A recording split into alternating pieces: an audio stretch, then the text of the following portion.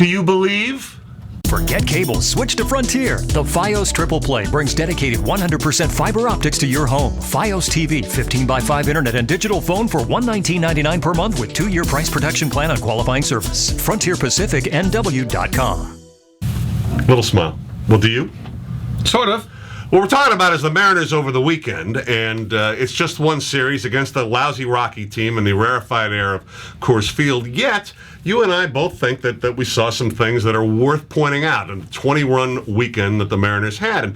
And it was the fact that this was not one or two guys who absolutely went nuts, did something they can never do again, but you actually saw the Mariners, the young core of their lineup, Carp, Smoke, Montero, Seager, all get it done in this series. And that's the sort of thing, we'll see what happens now. They get Texas for a bunch of games, and sure, things are going to get tougher, but I think we kind of saw what the Mariners hope we're going to be seeing and enjoying over the next couple of years this past weekend. Yeah, and I'm not willing to write it off as well. The Rockies suck, so that's who the Mariners are going to beat up on. I mean, the Mariners aren't a great team, but they took advantage of a bad team. And while I agree with that, I think you did see guys find a rhythm. You saw Justin Smoke hitting before this series, so it wasn't just him and everybody else getting hot. Kyle Seager's been hot.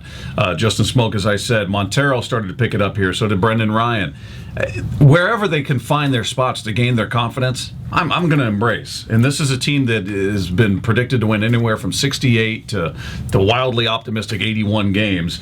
You're not going to have a lot of stretches. You're not, especially on the road. I don't care who they're playing. You're on the road on their field to not embrace a sweep. To me, is silly. Yeah. Now, does it become true of who they are the rest of the season? No.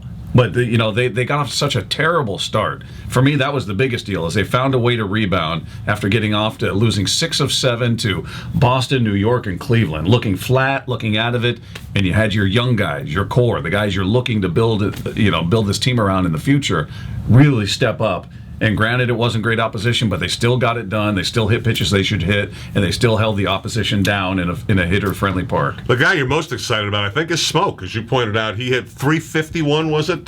Something along those lines, during the entire road trip. 13 hits. He's a guy who needed to turn it around. The other guys, Montero, even Seager for that point, these are guys it's still sort of the first time around. They haven't been figured out by pitchers. Montero maybe a little bit, although it's still his first full year playing. But Smoke's been around for a couple of years. There was supposedly a book on him, and it's going to be very difficult for him to get out of it. Now, he's only up to about 218 now, but he hit 350 during this series. That's the guy I think in particular to look at over this homestand, see if he can continue that kind of hitting at Safeco Field. Yeah, and I guess my point in this whole thing is, as we talk to listeners during the show, I feel like there's some apprehension, or people are afraid to get excited when they play well. Embrace it. It's okay. It doesn't mean you're delusional and you think they're going to be a playoff team going to the World Series. No.